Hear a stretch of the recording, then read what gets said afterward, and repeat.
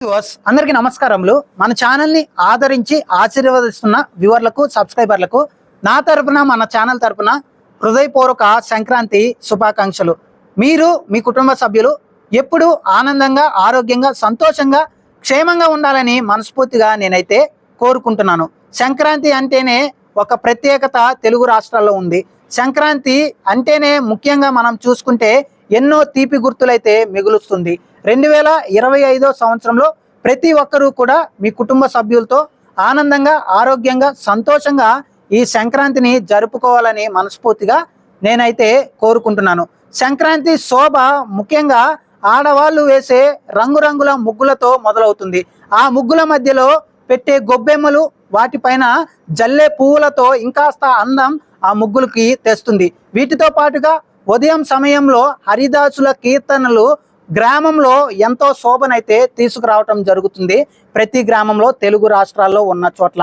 అలాగే వీటితో పాటుగా కొత్త బట్టలు ధరించడం ద్వారా ఇంకాస్త పండక్కి శోభ పెరుగుతుంది. వీటన్నిటితో పాటుగా చనిపోయిన వాళ్ళు అందరికీ కూడా బట్టలు పెట్టడం ద్వారా వాళ్ళందరినీ కూడా వాళ్ళ జ్ఞాపకాలని మరొకసారి స్మరించుకోవటం ద్వారా ఇంకాస్త మనకు పండగ వాళ్ళు కూడా ఉన్నారు మనతో, మనం వాళ్ళతో కూడా జరుపుకుంటున్నాం అనే పండగ ఇంకాస్త గొప్పగా మారుతుంది.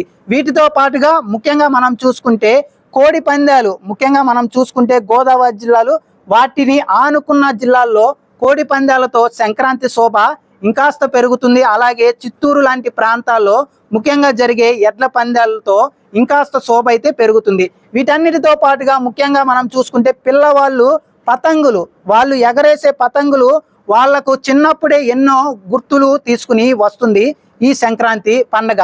ఇవన్నీ ఒక ఎత్తు అయితే, సంక్రాంతి రోజు పిండి వంటలైతే ఇంకాస్త సంక్రాంతి పండగకు శోభనైతే తీసుకురావటం జరుగుతుంది. ముఖ్యంగా ఎంతో మంది ఆడవారు చేసే రుచికరమైన పిండి వంటలైతే సంక్రాంతి పండగ శోభను ఇంకాస్త పెరుగుతుంది. కాబట్టి ఈ సంక్రాంతి కూడా మీరందరూ కూడా ఆనందంగా, ఆరోగ్యంగా జరుపుకోవాలని, అలాగే ఈ సంక్రాంతి కూడా మీ అందరికీ ఎన్నో తీపి గుర్తులు మిగల్చాలని, అలాగే మీ కుటుంబ సభ్యులందరూ కూడా ఆనందంగా, ఆరోగ్యంగా ఎప్పుడు కూడా ఉండాలని మనస్ఫూర్తిగా కోరుకుంటూ, అసలైన విషయం ఏంటంటే సంక్రాంతి పండుగ మనం ఎందుకు జరుపుకుంటామంటే ముఖ్యంగా సంక్రాంతి నాడు సూర్యుడు మకర రాశిలోకి అయితే ప్రవేశిస్తాడు. కాబట్టి దీని కారణంగా ముఖ్యంగా మకర రాశిని ప్రవేశించిన రోజున సంక్రాంతి అయితే జరుపుకుంటాం. కొన్ని సంవత్సరాలు మనకి 14, 15, 16 వస్తుంది. ఆ సందర్భంలో సూర్యుడు అయితే 15వ తారీఖున మకర రాశిలో ప్రవేశిస్తాడు. ఈ సంవత్సరం, ప్రతి సంవత్సరం అయితే ఒక కన్ఫ్యూజన్ వస్తుంది, 14 సంక్రాంత, 15 సంక్రాంతి అని. ఈ సంవత్సరం ఎటువంటి కన్ఫ్యూజన్ లేకుండా 14 సంక్రాంతి రావటం జరిగింది. ఇది చాలా మందికి కన్ఫ్యూజన్ లేకుండా రావటం ఇది చాలా ఆనందకరమైన వార్త. ఎందుకంటే ప్రతి సంవత్సరం కూడా కొంతమంది 14 అని, కొంతమంది 15 అని, ఇలా కన్ఫ్యూజన్ ద్వారా చాలా మంది అయితే సంక్రాంతి ఎప్పుడు అనేది సంక్రాంతి పండగ ముందు వరకు కూడా డైలమాలో ఉండిపోయేవాళ్ళు. కానీ ఈ సంవత్సరం అలాంటిది ఏమీ లేదు.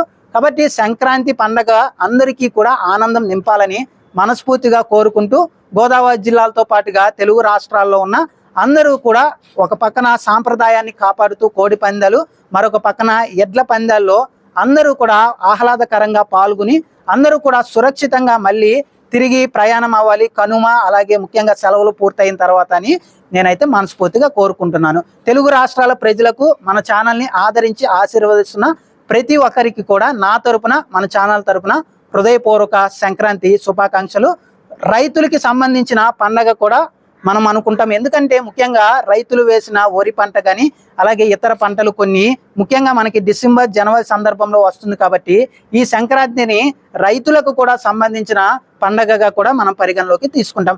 ఎన్నో ప్రత్యేకతలు, ఒక పక్కన మనం చూసుకుంటే ముగ్గులు కానీ, మరొక పక్కన మనం చూసుకుంటే పతంగులు కానీ, పిండి వంటలు కానీ, వీటితో పాటుగా కోడి పందాలు, ఎడ్ల పందాలు, అలాగే సెలవులు, వీటితో పాటుగా కొత్త కొత్త సినిమాలు, ఇంకా ఎన్నో ప్రత్యేకతలు అయితే ఈ సంక్రాంతికి అయితే ఉన్నాయి.